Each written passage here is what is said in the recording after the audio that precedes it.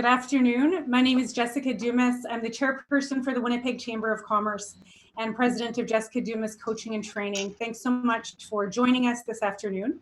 I'd like to recognize the treaty territory that this webinar is coming to you from, Treaty 1 territory, home of the Ojibwe, Cree, Oji-Cree, Dakota, and Dene nations, and homeland of the Red River Métis. Thank you again for joining us today. So happy to see the number of participants that we have. A few weeks ago, we held a Road to Recovery forum featuring the Premier, a number of ministers, and Dr. Roussin. And from that meeting, we received an overwhelming number of requests to hold a follow-up call with Dr. Roussin to discuss specific issues to the events industry and associated businesses. The Winnipeg and Manitoba Chambers have always done what they like to do is go to work on the needs that you have and make this happen. We want to get some of the answers as best as possible to the pressing issues and concerns and connect them to you and provide the guidance and answers in that area. To highlight the interest of today's event, this is the largest web-based gathering for both of the Chambers' history. We have an excess of 700 participants online this afternoon.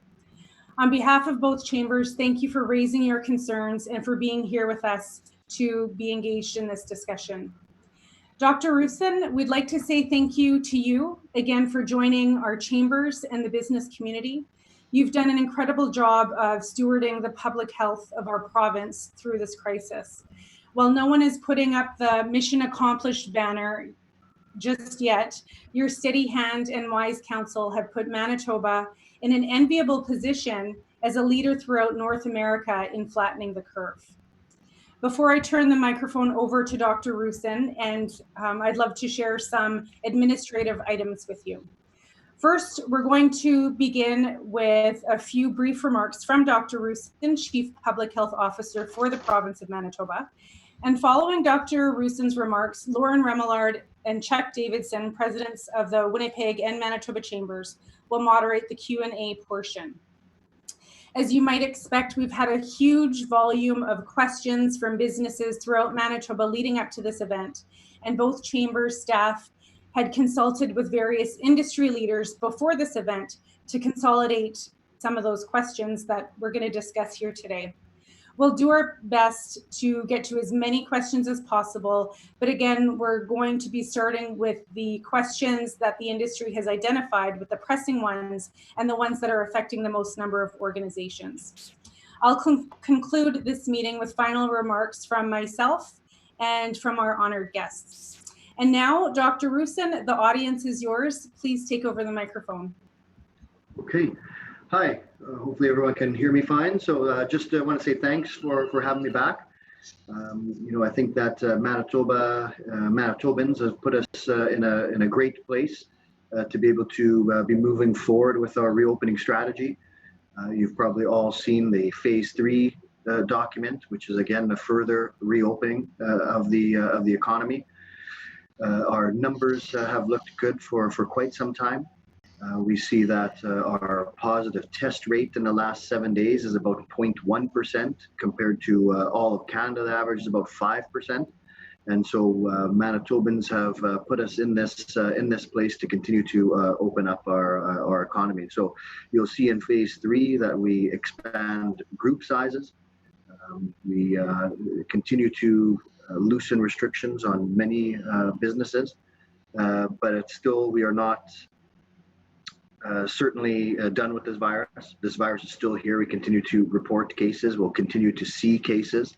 And if those cases end up being in a crowded place for a prolonged period of time, we're going to see or could see a super spreader event. And so really that's the entire purpose beyond still having some restrictions in. But certainly we're in a position to continue to loosen them going forward. With businesses have done an amazing job at getting things back and running while still protecting Manitobans. We're going to still rely on businesses to do that. Certainly public health realizes that we don't know every industry or every sector well, so we can give high level guidance. The details of that will often have to be implemented by the people who know the businesses best. but it really comes down to the basics, that this virus is spread almost predominantly by those who have symptoms of respiratory illness, and it's spread almost predominantly by close, prolonged contact. And so all of our guidance really revolves around those things, that if we keep people who are showing symptoms of illness away from work, away from sitting out in the public, we're going to dramatically decrease the transmission of this virus. If we find ways to limit close, prolonged indoor contact, we're also going to dramatically reduce the amount that this virus can transmit. And so that's the overall guidance that you'll see in every sector that needs to be tailored to meet those sectors. So once again, thanks for having me. Thanks for all your work to this point, and we're going to continue to rely on you a lot for the well-being of Manitobans going forward. So happy to answer any questions. Thank you, Dr. Roussin. Echo our chair's comments. Pleased to have you once again join us. Just in terms of some administrative items as well for those participating in the call, please add your comments to the Q&A section. There are a number of questions that Chuck and I are going to be asked as prepared by your sector representatives, but as well there will be an opportunity for us to go to the Q&A section to pose those questions directly to Dr. Roussin, and then we're going to conclude with what we call the lightning round, some questions that we're hoping to just get through with some very quick answers as best we can. Of course, we know with COVID there is no black and white, there is some gray, but we're going to try to get through that as best we can. I will, before I ask my question, just note, Dr. Roussin, we did a survey, the Manitoba Chambers, the Winnipeg Chamber, and Leger Marketing came out on Friday, and what became abundantly clear is this sector and associated businesses were without among the hardest hit by the COVID in terms of the economic impact, and hence why we had up to 700 registrations and a great turnout for the event today. So my first question is going to refer to the proposed phase 3. In the proposed phase 3, restaurants can operate at 75% capacity, while other venues such as hotels, convention centers, and event halls are regulated to only operate at 30% capacity. Can you explain the reasoning behind this difference? Mm-hmm. And so a lot of this goes towards the nature of that spread, that close, prolonged contact. So when we look at places like faith-based organizations, conventions, those type of things, we're going to have the same people in the room for a prolonged period of time. When we look at, say, malls and somewhat to restaurants, it's not necessarily the same people, prolonged exposure all at the same time. So there is some difference in that. Certainly in restaurants, we do have seen super spreader events. So we do need to be careful in that sector. But for the most part, when we see these prolonged enclosed exposures like conventions, like faith-based organizations, that's where we see the biggest super spreader event numbers, and that's why we have a bit tighter of a restriction at this point. Dr. Roussin, then the next area, and I'm curious just in regards to, because we see different approaches with different provincial governments, and I give the example that in British Columbia, they've expressed that restrictions won't be lifted for mass gatherings and travel until there's a vaccine and community immunity or successful treatments. And I'm just curious if Manitoba shares the same approach, and could we look at something similar here in our province? Yeah, so it depends on how they describe the mass gatherings. That could be some difference in what we describe as the mass gatherings. I don't think we would paint ourselves in a corner and say there's just no way we can do that unless we get a vaccine. I think we'll just continue to look at what we're seeing. If we're seeing this virus transmitted here, what it's looking like in other provinces, other countries. But it is unlikely that we're going to see mass gatherings in the tens of thousands or anything in the near future. Just as a follow-up then, is it up to each of the provincial health authorities to sort of make their own determination? So there's not necessarily a consistency amongst every province in terms of what their rules and protocols look like then, is there? That's right. Yeah. So we meet at the Special Advisory Committee. So all the chief medical officer of health meet regularly to discuss our plans. But many of the provinces look different, and so a lot of our strategies have been different.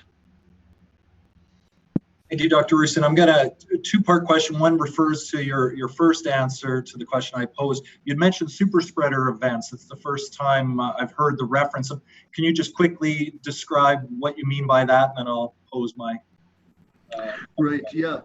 So what we see these super spreader events, which are important in the transmission of these type of viruses. So most of our cases we see here will have the case, and then a couple of their household contacts might be affected. But if we look in other jurisdictions that have high numbers, we'll see a case that, say, was in a restaurant, or a case that was in a faith-based organization, and we might have 20 to 30 secondary cases from that. And so that's kind of what we refer to as super spreader. There's no number that we would say above 10 is a super spreader, not necessarily, but those are the events that really will reverse our success quite quickly if we get ourselves finding a few of those. Okay. So my question is, we've heard, and speaking with our friends at the convention center, there are a number of very large conventions that are anticipated for the fall. Of course, this was pre-COVID. And as you can imagine, having participated in those kind of events, I'm sure in your career, significant amount of planning goes into them, a significant amount of lead time is required. So my question is, do we anticipate mass gatherings resuming in the fall? Do you see an indoor event in September at the RBC Convention Center? How would you see that? Kind of ask you to maybe take a look and say, what is the probability, and what can we do for those kind of large scale conventions to really support them coming into our community? Yeah, and so we're certainly going to keep looking to see how we can safely allow more and more gathering. What we find is the problem with large groups is the larger the group, the more likely somebody in there has an infection, and the larger the group, the more likely that person could spread to more and more people. And in the larger the group, the much more difficult it is to contact trace for contacts. So there's three aspects of large groups that really make it ideal for COVID to spread. And so where we'll be in the fall, obviously, is a little bit up in the air. The biggest issue is that we know for sure in fall, just like every fall, it's going to be respiratory virus season. And so we're going to see an increase in respiratory viruses. Whether that's going to be COVID or not, we won't know until then, and we can't declare it won't be COVID until really the end of the season, because it could pop up at any time. So I think it's going to be a really challenging to say that we're going to have indoor events that have thousands of people in it. I don't think we're going to be seeing that in the fall this year. But is it likely to be able to? Sorry, Chuck. Just in phase 3, you talk about groups within the larger group. Is that something that could be explored for conventions? Right, absolutely, and so that's the type of things we're trying to figure out, ways of living with this virus, right, and trying to get back to things that we want to do, but still respect that the virus is out there. And cohorting people is one such way. So if we cohort a huge total group of numbers, but if we're cohorting them in the 50s, then we're essentially still sticking with that 50 group.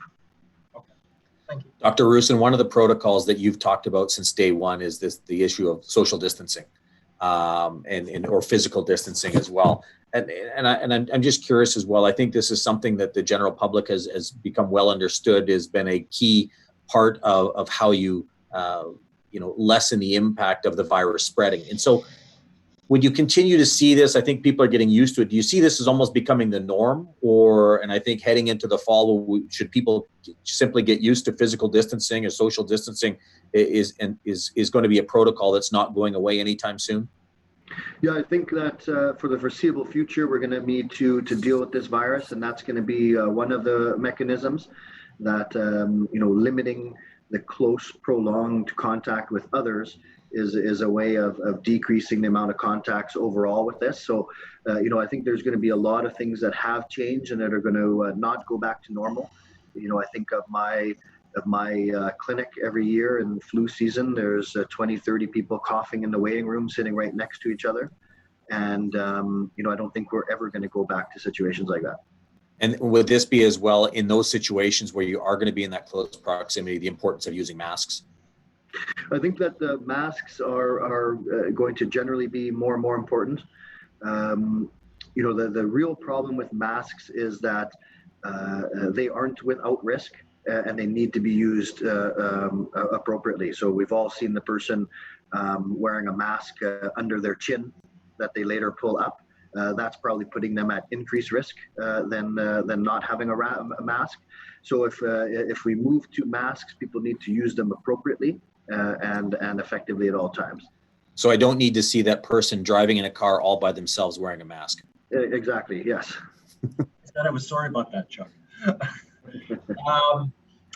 What are the main differences in criteria for classifying something as a special event, limited to 25 people indoors and 50 people outdoors, and up to 1,000 patrons visiting an attraction? For example, the Assiniboine Zoo can host up to 1,000 zoogoers if following social distance regulations. But does this mean they can host a special event such as Brew in the Zoom with 1,000 people? And just as I'll let you answer that one there. I've got a yes, no for you after. Right, yeah. So the issue with these events are, it goes back again, close, prolonged contact, and especially indoor is the big one.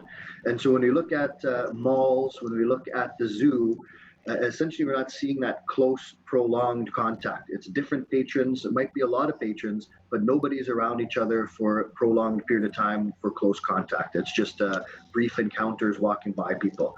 When we have a event, a wedding, it's very unlikely that social distancing is going to take place. We have prolonged contact for hours, and it's that same cohort of people that are there. So that's where we've seen that term, those super spreader events. We don't see that at malls. We don't see that at outdoor events, and it's because it's usually brief encounters. And just as a quick yes, no, whether it's indoor groups or outdoor groups, does the number include staff? So typically, no. So when we talk about that, we're talking about these orders are meant to the public. They don't apply directly to business operations. So for the most part, no. There, some exceptions. There is where, say, a restaurant had a performer there, a band performing or something. Those wouldn't be considered staff. That would cut into their occupancy limit. So just to clarify then, if I'm holding an outdoor event with 100 people and I have 20 staff that are serving, for example, they would not be considered part of the 100. That's right. We haven't applied that to the staff. Okay. Thank you. Dr. Roussin, we've been inundated with questions from specifically wedding industries. And I'm wondering if you can maybe provide a little bit of guidance or clarity just in the issue of dancing. And there's been questions in terms of if I'm holding a wedding and what the difference is between having a dance floor at a wedding or having a dance floor at a Palomino club or a club like that, in terms of what the rules and what the protocols that you're recommending are at this point. Yeah, so certainly in the bars right now, the dance floors are going to remain closed. At a wedding, we're limiting the numbers. It's still a little bit easier to contact trace at a wedding should a case be located to that. But again, our messaging is that close, prolonged contact. So if it's an outdoor wedding, then even better. If we limit areas of that close, prolonged contact, then even better. And so things like dancing, if there's a large group of people on there, obviously they're not going to be physically distancing, and doing it for a prolonged period of time is increasing the risk. And so we've really started shifting our messaging that that we have to live with the virus, that people need to understand the risks involved with it. And certainly, especially if there are people at that party that are increased risk of severe outcomes, really need to be cautious when doing those things. Thank you, Dr. Roussin. We've had members of the hospitality sector tell us that the move from 50 to 75% for patios is effectively no increase. Given the increase for outdoor events, can you explain why patios were not included? Yeah, so we've when we were looking at that, we wanted to increase the capacity. that was allowable because we thought it's prudent at this time and safe. And so it was just our move that we were at 50, so we could increase that by another 50% to get to 75. We've received that feedback from that sector, and we're looking at it. We're going to try to see if we can do better because like I said, in public health, we don't know the operation of every possible sector. That's why we have these consultation periods. We thought that the 75 would be well received, it would work, but we apparently not. So we're going to look at that and see if there's something better we can do for phase 3.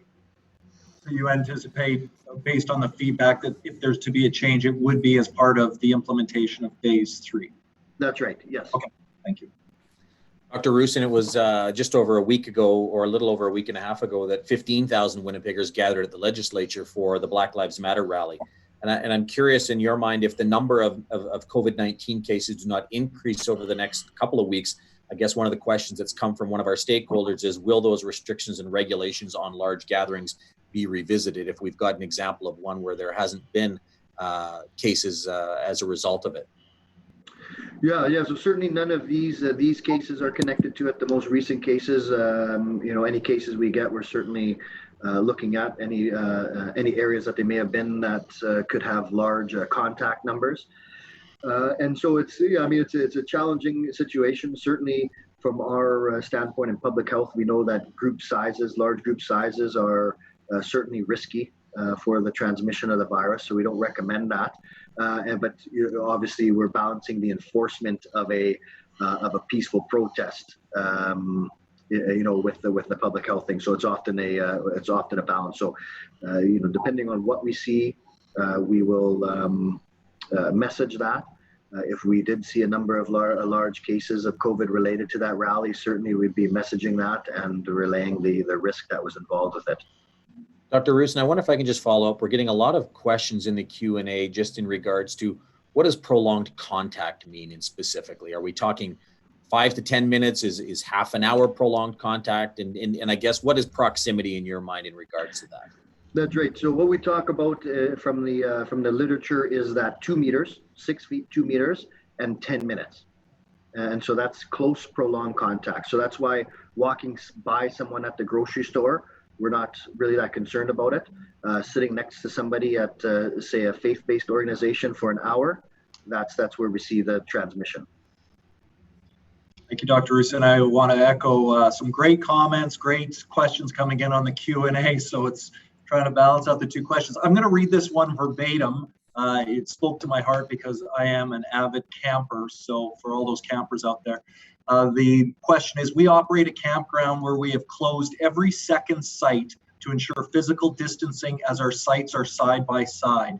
We will be cleaning the electrical and water poles on each site after the guests check out.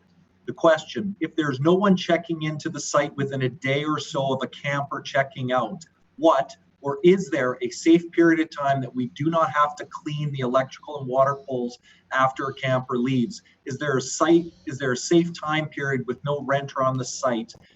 Answering those questions would be helpful as it relates to staffing issues. Right. Yeah. So it's a bit difficult question. For the most part, no, there isn't one that I could just say it's a safe amount of time. They found the virus to live, or not necessarily live, but they've detected the virus on surfaces, sometimes 5-7 days. We don't know necessarily whether that is a viable virus, whether that would be infectious or not. But my advice would be to clean those after each usage. I would say that depending on the just how close these sites are, I think that's exceptional to close every second site. If the groups are more than 2 meters apart, then there probably isn't a need to close every second site there. But I would I'd leave that up to the person operating it. Dr. Roussin, one of the other questions we've been getting a lot, specifically from wedding planners and event planners, and we've got it from bars as well, it relates to walk-up at bars in terms of what that looks like. That I know I've heard comments that it's to be served at tables. So, and I guess from a wedding planner perspective, would a walk-up bar be something that would be from a wedding perspective be allowed, or would that continue to be something you would rather have people served at an event like that? Yeah, so when we open bars, we open them a full phase earlier than what we were planning on doing. And so it's a lot of the guidelines that we were talking about with the common areas of meeting, dance floors, the billiard areas, to eliminate crowding. We message that everyone should be seated, so not standing together in an area where that crowding is. And it's the same thing as a walk-up bar. That's just an area where there's a potential close, prolonged contact. And so sitting is much better. Certainly, it's in the guidance documents, so it's not written in the public health orders. But if at a wedding you were planning on having that walk-up bar option, you should have things in place that physical distancing could be allowed for. So if I had the markers on the floor like I have when I go to the grocery store that are 6 feet away, that would be something that would potentially be allowable following those rules then. Right. So, Dr. Roussin, some of the events we're talking about, of course, are in the thousands, but so many events that we host in Winnipeg, be it as chambers, be it in the event industry, are really in the hundreds. And so I'm wondering if you could clarify when we might see events in the hundreds. And I guess as an extension of that, other countries, trade shows, marketplaces, and corporate meetings and hotels have been categorized differently with looser restrictions than social gatherings. So given that many of these are in the hundreds as opposed to thousands, would Manitoba consider modifying the guidelines and definitions of social gatherings to exclude corporate meetings and conferences if appropriate public health protocols can be put into place? Well, we do look at those things, and we're going to try to, you can imagine when we're trying to make these orders and try to fit them to work for every possible industry. It's challenging. So we do look at that. I would say that in Canada we had a conference, the dental conference that occurred in BC, led to a number of cases, number of deaths. So certainly these conferences are events where we've seen super spreading. But yeah, we're going to keep increasing our group sizes as we see as appropriate. So up to 50 indoors now, even larger, up to 300 if you can cohort those. And if the numbers look like they are now, the next phase we'd look to further increase that. What that number would be exactly, I don't know yet. But we would continue to increase those. So we're going to see bigger and bigger events, but with lots of precautions still. So maybe I just add, sorry, Chuck, generally how it's gone is it's been a doubling. So 25 to 50, 50 to 100. Is that, without committing you to anything, of course, is that generally the approach that's being looked at, is just a doubling with each phase? Or is it assessed independently of that? Yeah. I mean, it doesn't certainly have to look that way. It's just sort of when we started these numbers, we went from sort of the 10 to the 25, and then this last time doubled it. And so that's kind of the natural course of it. But I mean, it is somewhat arbitrary, right? Why would the next phase be 100 and not 75? We're just looking to see what we can do safely. Dr. Roussin, a lot of questions in regards to delivery or food service when it comes to weddings and events and where you have caterers in attendance. So I'm just wondering, one of the questions is, what kind of guidance can you offer caterers and venues when serving food to attendees at weddings and events similar to that? Mm-hmm. Yeah, so I think just the usual precautions, lots of hand hygiene, ensuring nobody there is ill. And it's, I think still likely best to be able to serve at the tables rather than have that buffet style, people getting up and multiple people touching the dishes and things. So that's where we're at right now. I think it's still not a good time to be doing the buffet style serving. Just as a follow-up, then another wedding question that we had is in regards to photographs. In terms of what, as people get married and have they gather the families for the group photos, questions just in regards to sort of rules and regulations around that? I'm guessing when you talk about that close proximity, most aren't standing around for 10 to 15 minutes in one photo. So I'm assuming that would be allowed as well, as long as there's, not prolonged time together. That's right. So these are brief encounters which could occur within, again, all those big precautions, right? That there's nobody showing up at that wedding coughing, and lots of hand hygiene. But brief encounters for pictures certainly would be allowable. Dr. Roussin, the focus, of course, has been on the numbers and how we gather. I'm curious if you could speak to the whole notion of social distancing, and as we roll out future phases, will the social distancing has been at the core of our flattening the curve efforts and our reopening. Do you see changes to that basic core whereby it's going to be, changes to the 6 feet, 2 meters, or is that would be the final piece that would ultimately be eliminated, where you can actually get back to, hugging if you wanted to, for example? Just curious as to what the future of social distancing is. Yeah, and so I think that when the day we stop talking about physical distancing is that sort of that return to normal, and so that's probably way down the line with it.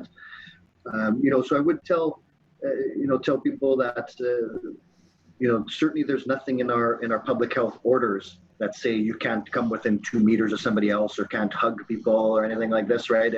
It's a matter of public health advice that the more people you come in close, prolonged contact with, the more likely you could acquire this infection, and so people need to understand the risk and accept whatever risk they can, and knowing that the risk that they accept also applies to people who are close to them in their home and things like this. So it is that balance, but we're probably going to be talking about physical distancing for quite some time.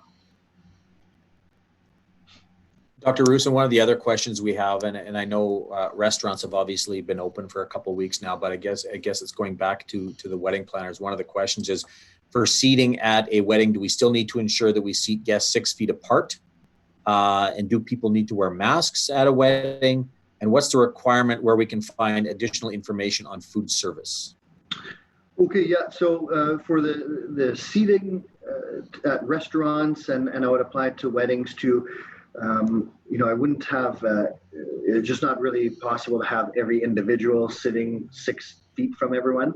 So certainly tables should be 6 feet apart, and then at the table we should. It's ideal to have people in the same household there.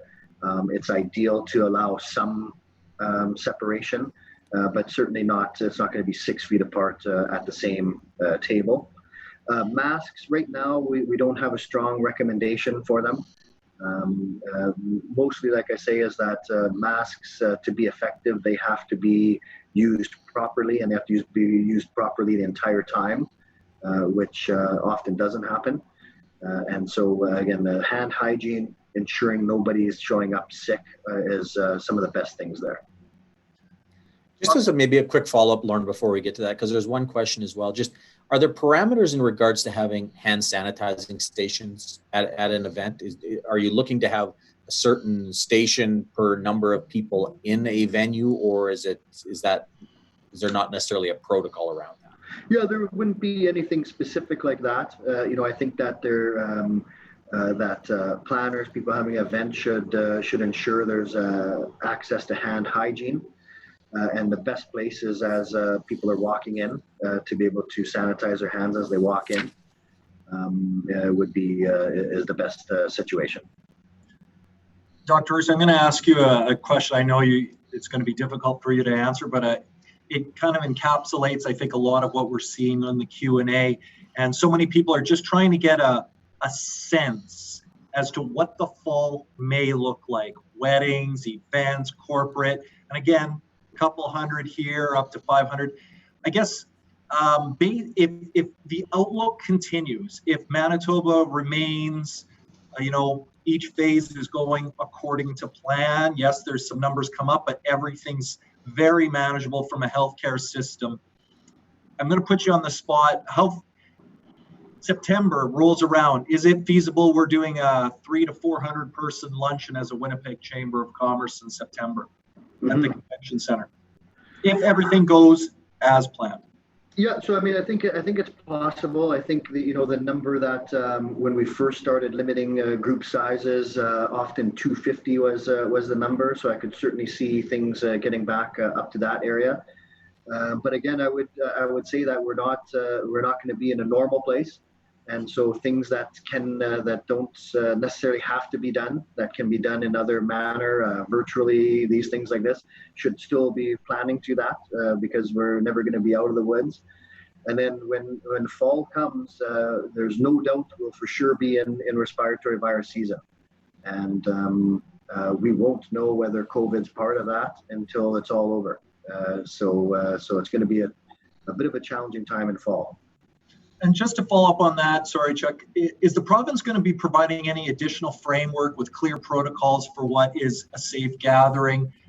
If so, when do you anticipate those resources would be available? Yeah, shortly. So as we're loosening restrictions, in the past, being heavily restricted didn't require much guidance because it was so restricted just in there. But now, as we're starting to loosen things, we're really trying to work with workplace safety and health, with public health, to try to get some clear guidance for various sectors. Dr. Roussin, one of the questions as well, in regards to whether you're at restaurants or whether you're attending events, whether or not, in your opinion, is it recommended that service staff wear masks? Yeah, so again, it's not a strong recommendation at this point. The other aspects are much more important, that no one serving has even a mild illness, that they haven't been directed to self-isolate for any reason. Frequent hand hygiene is important, and limiting their close, prolonged contact or close contact to just brief encounters with people. That's the most important thing. Masks, if used properly, and there's guidance on our website on how to use masks properly, then certainly that's an added benefit. But masks used improperly do carry some risk. So it's vital that they're used properly. Maybe I'll just do a quick follow-up as well. I know you mentioned earlier in regards to food service that obviously table service is the preferred, and then in trying to keep away from buffets in terms of people coming up. I guess one of the questions that's been raised as well is that if staff handles the plates and food or serving utensils, can you just have, they're asking if buffet at weddings, if staff is handling all of the plates and utensils, if that would be something that would be a little bit more allowable than what would be considered a traditional buffet. Right, so that's certainly a better situation where the staff is doing all the serving right from there. Certainly we'll need to have that physical distancing as they're doing that, and so certainly an option. But I don't know if the physical distancing component of that makes that much less efficient as well. So we can't have that lineup of 100 people trying to get their pierogies and things like that. They have to be 6 feet. They need to be 6 feet apart. Right. I agree, because there would be 100 people in line for a pierogi. We're going to move now to some of your questions, and we've been incorporating them, of course, into the Q&A. But and this one, I know you've touched on it, so maybe it's a restating of a question, but you've talked about group sizes applying to private events while businesses are allowed to go up to a certain percentage of normal capacity. Is there a limit on this? For example, if the Royal Manitoba Theatre Centre wanted to hold a performance at 50% capacity with appropriate social distancing, would that be allowed? If a ballroom at a hotel, which can normally hold 800 people, could it be used for 400 people instead? Again, the 50%. Yeah, so in those situations, those would be, events. So they're stuck to the 300 max. Okay. So with the 50 cohorts. Okay, thank you. Yeah. Dr. Roussin, one of the questions here in regards to, and I think this just goes kind of to cleanliness around some of these events as you're opening up. Someone's asking the question in regards to how often should washrooms be cleaned if you're holding an event with 10 to 15 to 50 people. Is this something that needs to be done on an hourly basis, every 4 hours? just I guess looking a little direction in regards to that. Yeah, and you know what? I don't think there's necessarily a right answer to that. The messaging that we've been providing is that it should be increased. So certainly if you're doing it twice a day before, should be more than that on there. So we don't have a prescription for every hour, every 2 hours, but it should just be more often than before. And I apologize, Chuck, you might have asked this. It sounds familiar, but I'm going to ask it again. Is a tent with a roof and sides open considered inside or outside? Yeah, for the most part, that we would consider outside. We'd have to, all these orders require some reasonableness, and so if it was a tent just with that roof and all the sides were open, we would almost definitely consider that an outdoor event. Thank you. Dr. Roussin, I wonder if you can talk a little bit about schools in terms of what you're thinking in the fall in terms of, I notice we're seeing in some other provinces, class sizes, they're trying to restrict them to 15 students per class. I'm just wondering if you're giving any thought or you're getting any feedback at this point in time of what it could potentially look like for schools in the fall. Mm-hmm. Yeah, so we're working with education right now to come up with some plans. All plans, even from busing, what that's going to look like. And so certainly it's going to look different than before. They have to come up with ways of that physical distancing. Again, strict policies in place that no staff or students are showing up sick.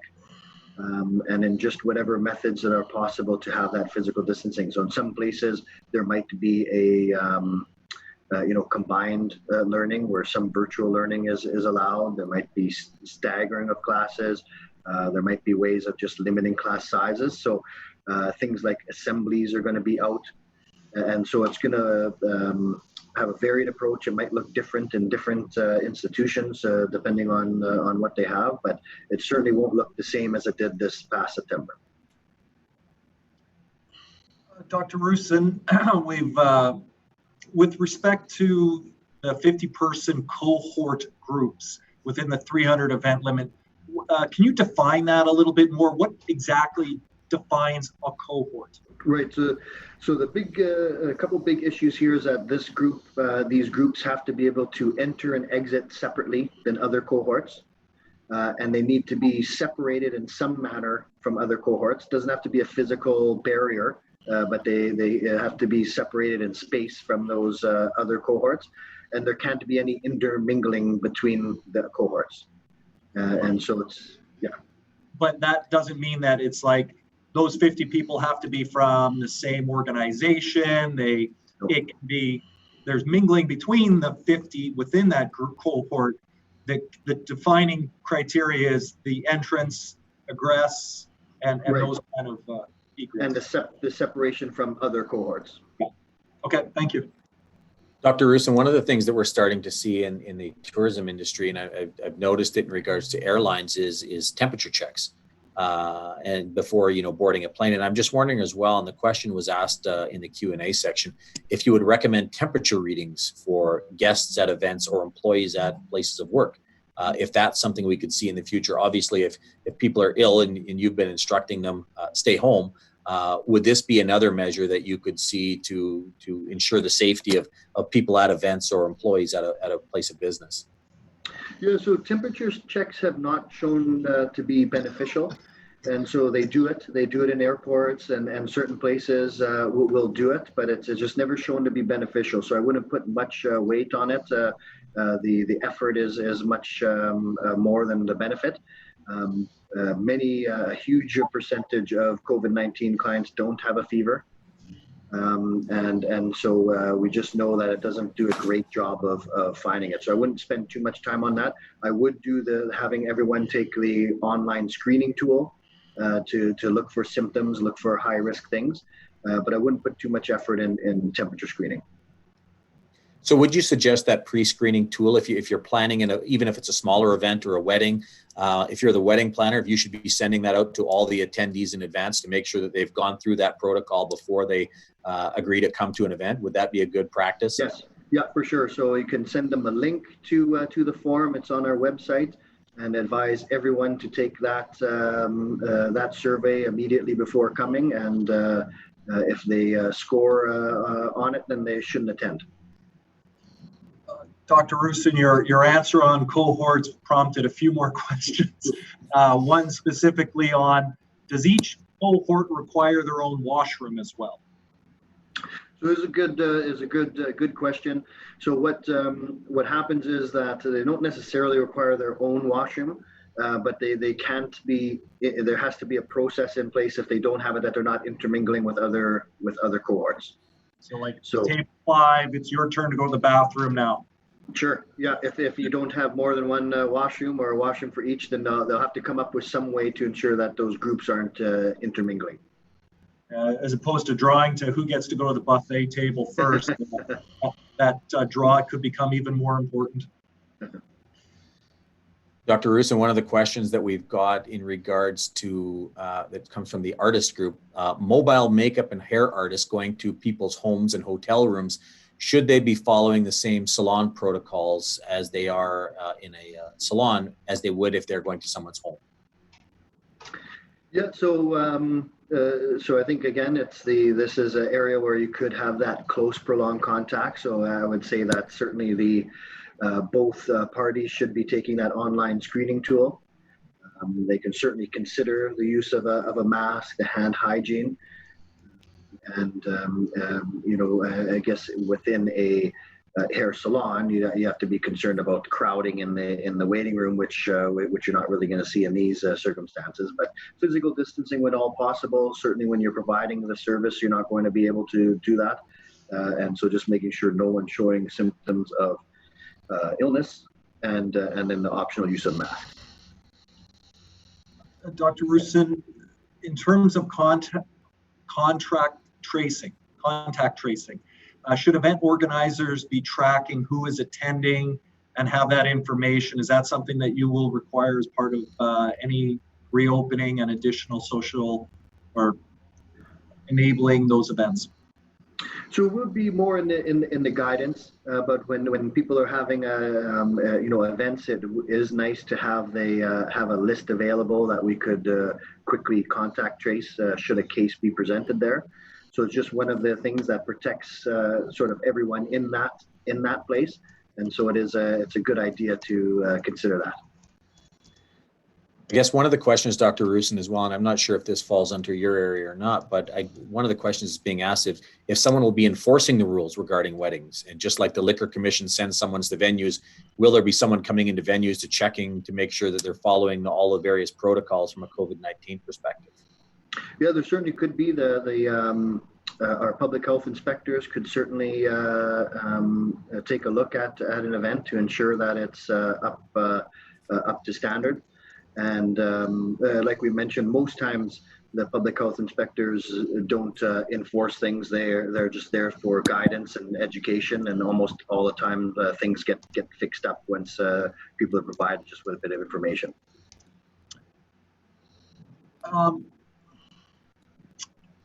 Dr. Roussin, would you consider it acceptable or reasonable to hold the right for an event host to ask someone who's asymptomatic to leave? I believe that was the question. Would you consider it acceptable, reasonable to hold the right to ask symptomatic guests to leave the event? For sure. I think that this is going to be the new normal. I think that, that person at the mall or at an event who's coughing, I think that it's not going to be acceptable to have that going on. And so I think that's the whole purpose of the screening, is that we can't have ill people out in public. And I think it's quite reasonable to enforce that. Okay, thank you. One of the questions, Dr. Roussin, that we have just in regards to, and again, I'm not sure if this falls under your area or not, but just the liabilities that a business could face if they host an event attended by someone who ends up being COVID positive. Is there any liability from a business perspective or from an event perspective? Yeah, so I wouldn't give legal advice on it, but what I would say is that, under the terms of, typically on negligence and what is reasonable, if it was found that somebody did things that were unreasonable or negligent, then I imagine it's possible. But if all measures are taken that are appropriate and something occurs, somebody with mild symptoms that went unnoticed, or they are asymptomatic and happen to spread, it seems unlikely. But yeah, I can't. Don't rely on my legal advice though. Oh, mine neither. I can offer a legal opinion, but yeah, probably not the best. Simple question: can a restaurant host a wedding at 50% of their capacity? Yeah, so this is a good question, and the answer is no. An event is still under the event numbers, and the reason why is that what we talked about before, that close, prolonged contact. So if you have a restaurant with their 50% capacity is, say, over the group size limits, those are separate people at different tables. If when you host a wedding, there's going to be intermingling between all sorts of people, so it is different. So for events, the group size limits apply. Okay, thank you. Dr. Roussin, one of the questions we have typically, and I'm sure when you're going to weddings, or events, there can be goodies handed out at the events, cakes, donuts, and different things. The question is, do they all need to be individually wrapped? No, I don't think that's necessary. I think as long as the food handling is under the proper circumstances, lots of hand hygiene and things, I really don't think that you need to go through the individual wrapping of things. Okay, thank you very much, Dr. Roussin. We're going to proceed to our Q&A lightning round, where Chuck and I will fire off a few questions, ideally with yes or no responses. And I will commence with, is it mandatory for the venue to host, or is it mandatory for the venue or the host to provide PPE to the attendees? No. Thank you. Should venues expect health inspectors at their events to ensure that current regulations are being followed? So yes, they certainly could come to inspect those. Practically speaking, could you have 5 chairs at a 72-inch round table as opposed to the usual 10 chairs at a 72-inch table? I'm going to ask you to do a little math now. Yeah, so I would say yes. At a table, we don't require the 6 feet separation for everyone at the table. It's just between tables. And so our public health guidance is that you should limit your close, prolonged contact with people outside your household there, but it's just guidance.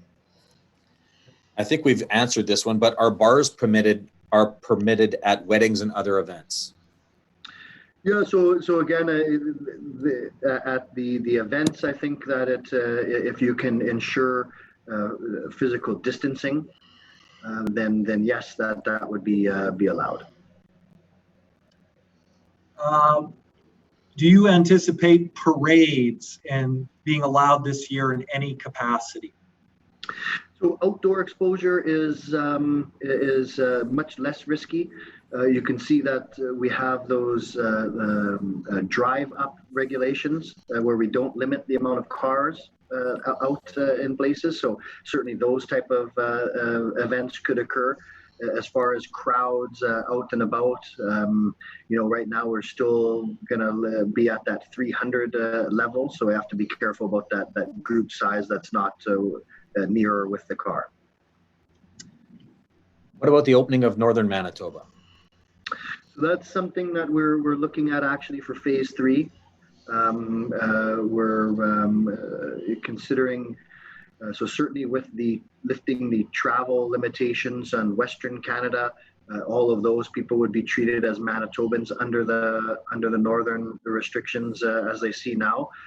But it's possible, even as part of phase 3, we might lift those travel restrictions outright.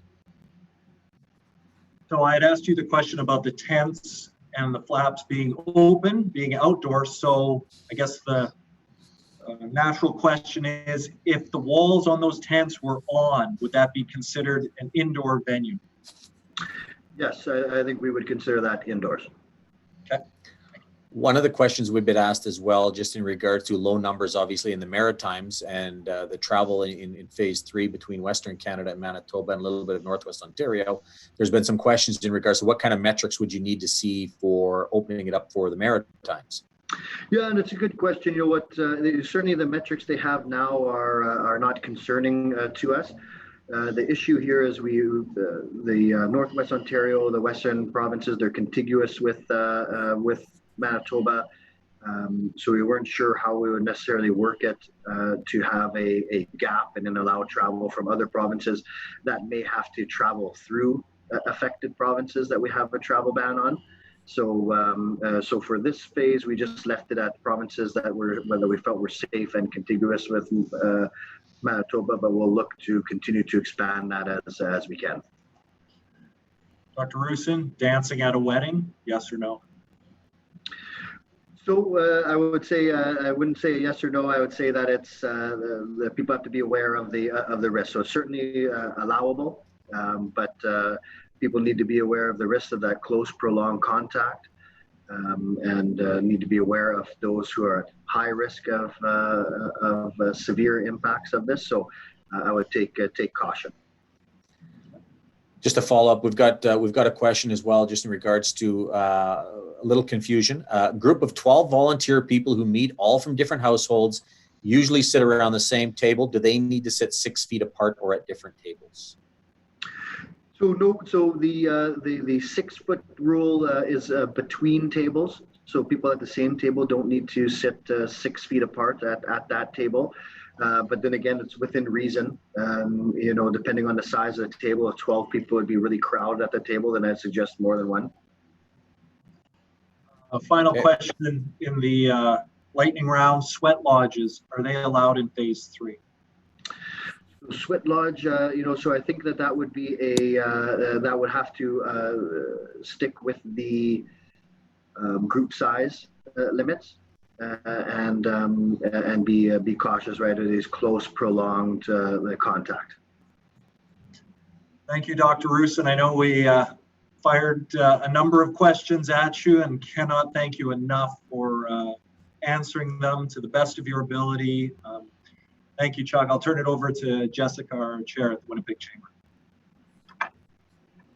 Thank you, Lauren, and thank you, Chuck, for hosting that question session and that lightning round. I think the lightning round was kind of fun. We should try to do that more often. I want to say a special thank you to Dr. Roussin. We really appreciate you taking the time to be with us today. We know that your time is in high demand, and thank you for all of the work that you're doing in helping keeping Manitobans safe and assisting us in doing business the safest way possible throughout this time. I'd like to offer you an opportunity for a final comment before we let you go for the evening. Yeah, and just again, thanks for having me. I'm really happy to answer questions, and I think the quality of the questions is quite reassuring. It's because Manitobans are taking this seriously, and I know the business community is taking it seriously and don't want to see the spread of this virus. And it's just great to hear the engagement on this, because everyone wants this to work. Absolutely. Thank you so much, Dr. Roussin, for joining us today. And thank you to everyone for signing on and joining us in this online talk. And thank you again to the Chamber's teams for all of your work. I hope that each of you enjoy the rest of your evening. Thank you. Thanks. Thanks, everyone. Thank Bye. you.